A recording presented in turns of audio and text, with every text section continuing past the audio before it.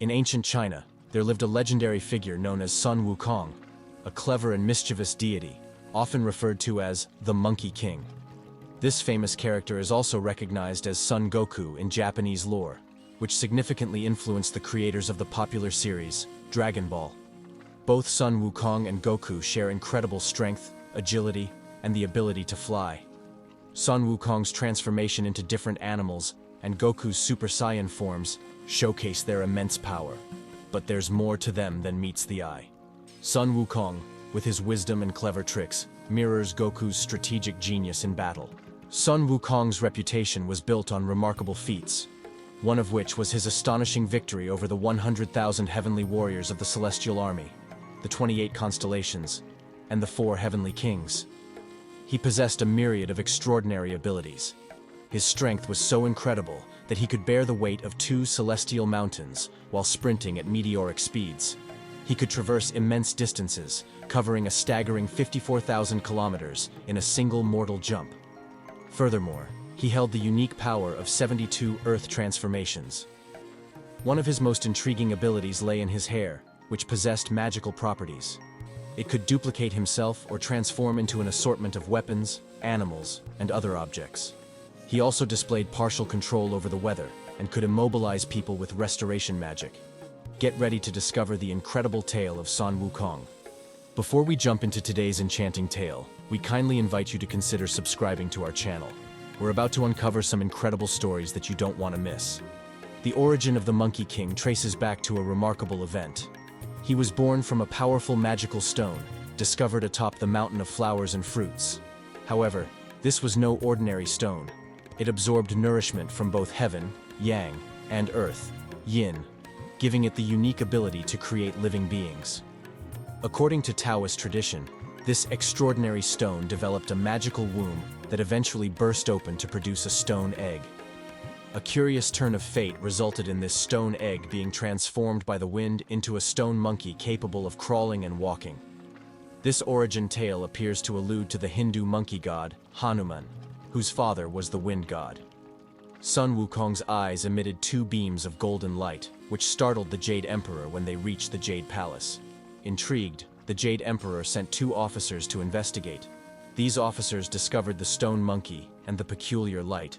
While the monkey was eating and drinking, the Jade Emperor dismissed it as unremarkable. On the mountain, Sun Wukong forged bonds with various animals and became part of a group of wild monkeys. After indulging in a refreshing stream bath, they decided to embark on a quest to find the source of the stream. Their challenge was to pass through a waterfall and return as the new king. Sun Wukong, filled with courage, volunteered and leapt into the waterfall. On the other side, he discovered a vast iron bridge spanning a torrent of water, leading to a mysterious cave. Persuading the other monkeys to follow, they made it to his newfound home. As the brave stone monkey had fulfilled his earlier pledge, the monkeys declared him their king. Proud of his newfound position, Sun Wukong assumed the title of the handsome Monkey King.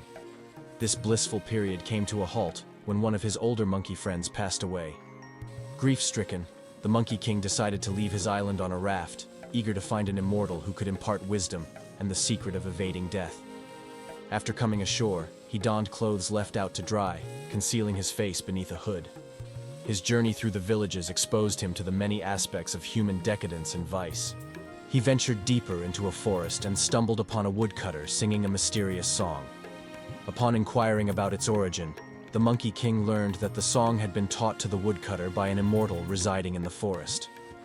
His journey eventually led him to the entrance of a temple, home to a Taoist magical martial artist named Zushi. Initially, Zushi refused him entry, but Sun Wukong's unwavering determination impressed the master. Finally, he was allowed in, and he became Zushi's pupil. The teachings encompassed advanced Taoist practices, including the path to immortality, revealing to Sun Wukong that this meeting was destined. Zushi cautioned Sun Wukong against bragging about his abilities, as it might lead others to seek his tutelage, potentially causing trouble. To maintain secrecy, Zushi prohibited Sun Wukong from disclosing the identity of his master. Sun Wukong solemnly vowed to uphold this oath. After a period of intensive training, Sun Wukong woke in the forest, realizing that his years of instruction had occurred within a compressed temporal trance. Later, when inquired about his powers and abilities, Sun Wukong simply stated that he had learned everything in his dreams. Upon his return, he discovered that a demon known as the Demon King of Confusion was abducting the monkeys on the Mountain of Flowers and Fruits, forcing them into slavery. He swiftly defeated the demon and its minions, freeing the captive monkeys. Sun Wukong also gathered all the stored weapons from a neighboring country to equip his followers, but he couldn't find a suitable weapon for himself. This prompted him to seek out the Dragon Kings, known to possess a vast array of treasures. Journeying to the ocean, he found a Dragon King's palace at the entrance. Sun Wukong asked for an introduction, but Dragon King Alguangle instructed his guards to turn him away. Despite their protests, Sun Wukong boldly entered, insisting that the Dragon King must be mistaken for rejecting a fellow king. Introducing himself, he requested a suitable weapon.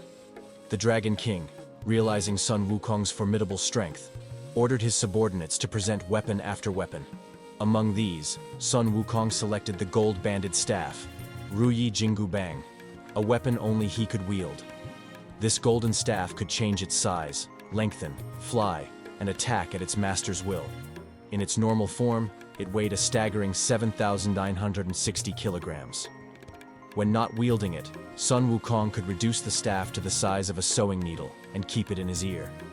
In addition to the staff, Sun Wukong persuaded the Dragon King to provide him with regal outfits.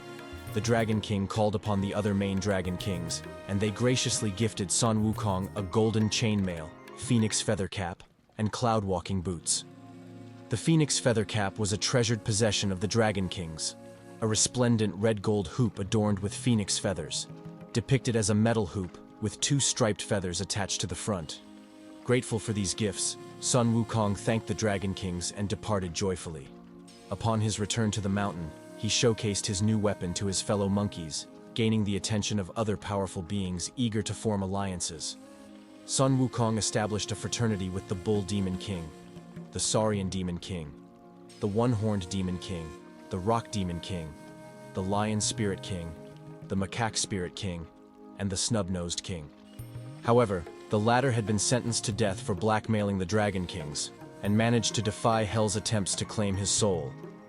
He erased his name from the Book of Life and Death, a collection of books containing the names of all living mortals and the power to manipulate life.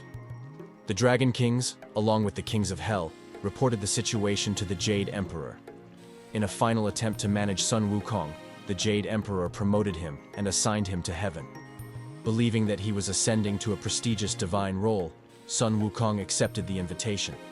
To his disappointment, he was designated the Horse Protector, a seemingly low position. Understanding the importance of maintaining status in heaven, the Monkey King released the cloud horses and returned to his realm. There, he proclaimed himself the Great Sage Equal to Heaven, a title reluctantly accepted by the heavenly authorities. This decision came after Goldstar advised the Jade Emperor against hasty military action, suggesting an alternative approach to deal with the reckless monkey. Their strategy involved superficially indulging Sun Wukong's vanity, while treating him as a pet, inviting him back to heaven to prevent disturbances on Earth. The Jade Emperor concurred, knowing that Sun Wukong's self-assumed title was a mere jest, revealing his overconfidence and ignorance of heaven's intricate workings. Sun Wukong's sense of contentment was short-lived. During the preparations for a royal banquet, he sneaked in, indulging in fine food and royal wine. While the gods and goddesses departed for the banquet, Sun Wukong explored the unguarded upper levels of the palace. This escapade led to an astonishing discovery. Sun Wukong stumbled upon immortality pills, peaches, and other treasures. Inebriated by the divine feast, he could not resist sampling these heavenly treasures. In his drunken state, the Monkey King wandered the skies while the other deities enjoyed the royal banquet.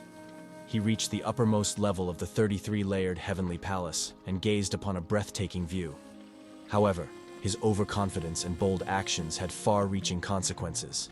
This escapade stirred chaos and concern among the heavenly authorities. Sun Wukong's audacious actions included urinating on a heavenly pillar and inscribing his title as the Great Sage Equal to Heaven.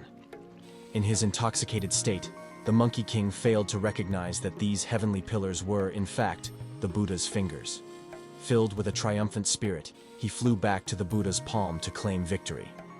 To his astonishment, Sun Wukong discovered that the far reaches of the universe were merely the Buddha's fingers. Realizing his mistake, he attempted to escape, but the Buddha cleverly twisted his hand, causing the Monkey King to fall back to earth, forming a mountain where he landed. Sun Wukong's escape was halted, and the Buddha sealed him within the mountain, employing a powerful paper talisman. For 500 years, the Monkey King remained confined, enduring a period of patience and humility. His head and hands protruded from the base of the mountain, where he received sustenance from 2 earth spirits. After his extended confinement, Guanyin Bodhisattva sought disciples to protect a pilgrim embarking on a journey to obtain Buddhist sutras. Tang Sanjiang, a monk of the Tang dynasty, promised Sun Wukong's freedom upon completing the pilgrimage. Initially challenging to control due to his rebellious nature, Sun Wukong received a magical ring from Guanyin, a gift from the Buddha. Once worn by the Monkey King, it could never be removed. When Tang Sanjiang chanted a particular sutra, the ring would tighten, causing Sun Wukong severe headaches. Despite the occasional discomfort, the Monkey King faithfully accompanied Tang Sanjiang on their journey to India. Throughout the pilgrimage, they encountered constant threats from demons, supernatural beings, and bandits eager to consume Tang Sanjiang's flesh, believing it would bestow immortality and great power. Their journey culminated in obtaining the Sansong Buddhist scriptures from the Layan Temple in Chityan. Over time, Sun Wukong's character transformed as he endeavored to be righteous. Through his many endeavors and the teachings of righteousness, Sun Wukong's character transformed. He earned the title of the Buddha of Victory and Struggle, and his adventures became legendary, remembered throughout the ages.